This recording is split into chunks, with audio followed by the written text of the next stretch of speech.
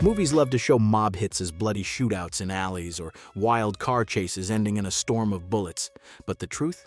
If the Mafia wanted you dead, you'd probably never see it coming. The mob doesn't operate like Hollywood. It won't be cinematic. They operate with patience, with precision, and with inevitability. So let's break it down. How they plan a hit, how they carry it out, and if you'd have any chance of surviving once you've been marked. Tell me in the comments below, who's worse for society in your eyes? Organized crime or a lone serial predator? How they operate. The Mafia doesn't rush. They're patient. They'll spend weeks, even months, watching you. Take Paul Castellano in 1985, boss of the Gambino family. Before his assassination, his routines were studied down to the minute. His drives, his dinners, even who he met with, that's the real weapon. Surveillance. They exploit your predictability. The same cafe every morning, the same drive home, the same friends, same schedule. And once they know your habits, you're already in checkmate. You just don't realize it yet.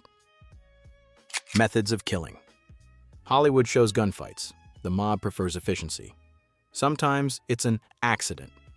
In 1976, mobster Johnny Roselli vanished. Weeks later, his body was found stuffed in a barrel, floating off Florida. The cleanup made it look mob clean, no witnesses. Other times, it's close range. In 1975, Chicago boss Sam Giancana was shot in his own kitchen while cooking dinner. Quick, clean, no drama. In 1980, Philadelphia mob boss Angelo Bruno was killed sitting in his own car.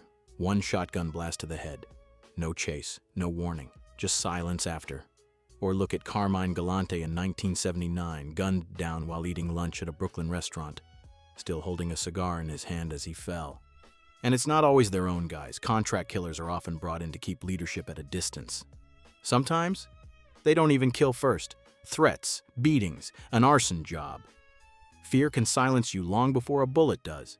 And here's where Hollywood lies. They make you think you get a fair fight. The truth is much darker. Stick with me, because I'll show you real cases where people tried to survive and failed. Survival chances. So what if you knew you were marked? Could you survive? There's really only one option: witness protection, WITSEC. Thousands of mobsters and informants have gone into hiding. Take Joseph Valachi, the first mobster to publicly break the code of silence. He testified in the 1960s and managed to live out his days under federal protection, but even witness protection isn't perfect. There have been leaks, there have been hits, and most people, they never make it that far. Some thought they could beat the odds. William Action Jackson in Chicago, 1961, suspected of being an FBI informant. He tried to bluff his way out, but instead was brutally tortured to death in one of the outfit's most infamous killings. Or Anthony Tony the Ant Spilotro in 1986. He tried to lay low when things got hot in Vegas, but hiding wasn't enough. He and his brother were beaten to death and buried in an Indiana cornfield, the killing that inspired Casino. You might think you could fight back or vanish on your own, but the reality? If the Mafia decides you're gone, the odds are stacked against you. If you're into these kinds of dark what-if scenarios, hit subscribe, because I've got some things planned that you don't want to miss. Why they'd target you. The Mafia doesn't kill without reason. So why would they come after you? Betrayal. Informants who cross the line, like Jimmy the Weasel Fradiano, who barely lived after flipping. Debts. Unpaid gambling or loan shark money often ended in lessons that went too far.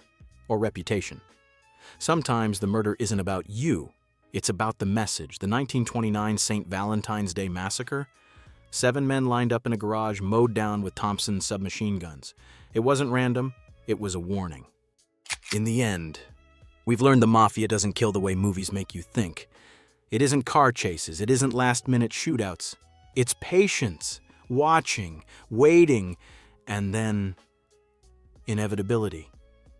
We've seen how they operate, mapping your routines until you're predictable. We've seen their methods, accidents staged, close-range hits, even the use of outsiders. We've looked at survival and how slim those chances really are. And we've seen why people get targeted: betrayal, debt, reputation. So if the Mafia marked you, the question isn't just what would you do? It's whether there was ever anything you could do.